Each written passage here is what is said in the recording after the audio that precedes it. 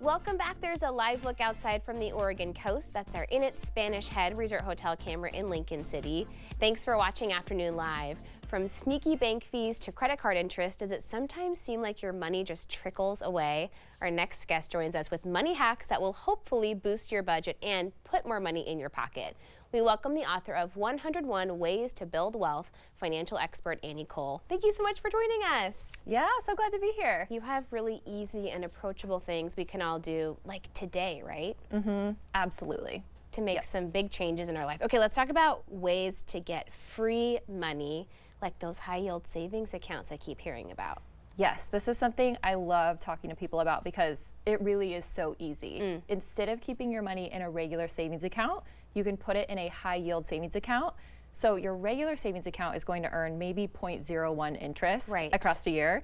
The high-yield savings account is going to earn somewhere between 3 and 4% right now. So it's just a very simple way to keep your extra cash in an account and make some extra money. That's such a big difference. Now, are a lot of those through sort of online sources? Is that the best place to go to find those? You know, so many banking institutions are offering them right now. Okay. I would just say do a Google search. The rates are also always changing, so do a search for what's available right now because I could give a suggestion, but it might change tomorrow. That's true. So, okay. Yeah. Well, and then all the different cash back and points programs you can take advantage of as well, right? Those are so worth it. Absolutely. Yep. If you're going to buy something already, definitely use a credit card to buy it so that you can earn those points and cash back. Pay off your credit cards on time so you're not bearing that extra interest. But it's, again, just a really easy way to make some extra money. Yeah, super easy. Okay, let's talk about cost of living adjustments and making those income leaps that are really hard to get, you know, those incremental, tiny little raises that we kind of get used to.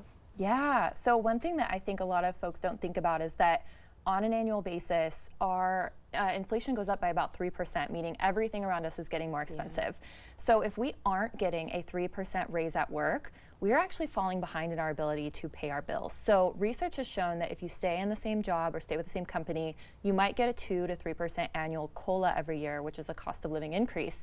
If you jump to another organization, you're more likely, research says, to get a 5 to 15% increase. So imagine doing that every 5 years. That can really add up over a lifetime to have you just growing so much more income and having a higher salary. So it's a great alternative. It's also not as frowned upon these days to move from company to company, whereas our grandparents stuck with one company for 50 years. That's not happening anymore. Yeah, people aren't going to look down on you because you've changed jobs with that frequency. Well, and what about just kind of getting the courage, though, to make that big step? It can seem kind of scary to put yourself out there like that. It's a really big one. I would say the first thing to do is that mental work of how can I allow myself to be ready to finally make that move? Even if I don't feel ready, how can I take some scared action, acting out of courage to go apply for some jobs, just start getting the feelers out there, and you never know how that might roll into building your confidence and then helping you eventually get that job that you really want with the higher salary. Taking that first step is a lot of times the hardest part. And then once you get rolling, you get more confident and comfortable. Okay, how about finding free things that spark joy that are really all around us if we take the time to look around?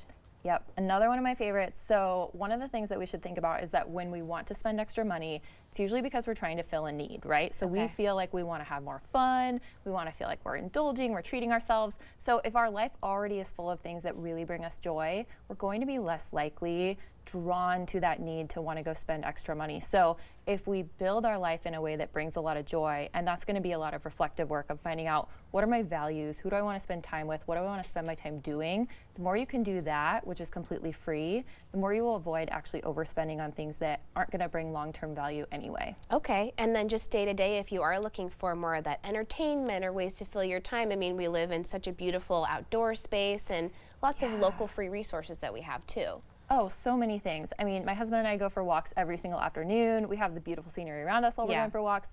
Sitting by a fire, having friends over for dinner. A lot of really simple things can bring a ton of joy. Keep it simple. There you go. Okay, how about this? Make investing a habit, even if it's hard. A lot of people feel like I don't have X amount of dollars, so I can't get started yet.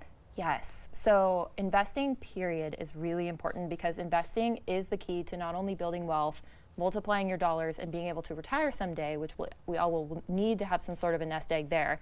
But it usually starts with a small habit. So even if you have $20 to set aside, you'd be surprised that that habit will help you do it year over year versus the amount. So if you can do it when times are tough, it's going to be easier to do it in the long run and to increase that amount if you get a raise or if you want to speed up your retirement date. Okay, yeah, start small. Yeah. Keep working your way up, and it'll really pay off in the long run. Yeah. Okay, this is something so simple that we forget about sometimes, that meal planning and meal prepping. I mean, that can make such a big difference in your budget. Yeah, and again, these are really simple things that anyone can do, but if you think about walking through a grocery store, you're going to just start seeing everything around you, and the store is built to draw us in, right? Yeah. We're built to walk by, especially if we're hungry, and just grab things. So the more we can plan ahead and have a really clear outline of what we want to get and how we're going to either buy in bulk or mix things together so that we can create batch meals and then freeze things, you'll just find that that really reduces the overall amount that you can spend on your groceries. Yeah, and if you can make that investment like at the beginning of the month to buy a lot of bulk ingredients, you'll be so happy later on. Absolutely.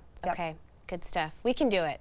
Yeah. Simple things. It's the small stuff, and that's why, honestly, why I wrote my book, because it's the tiny things that add up, and that, again, that confidence, that mindset boost you'll get from doing the tiny things, they'll roll into bigger things over time. Building good habits. Yeah. Thank you so much. Yeah, Great you're chatting so with you. welcome. Okay, Annie's book again is 100 Ways to Build Wealth, and we'll have more information on our website at katu.com. We'll be right back with more Afternoon Live right after this.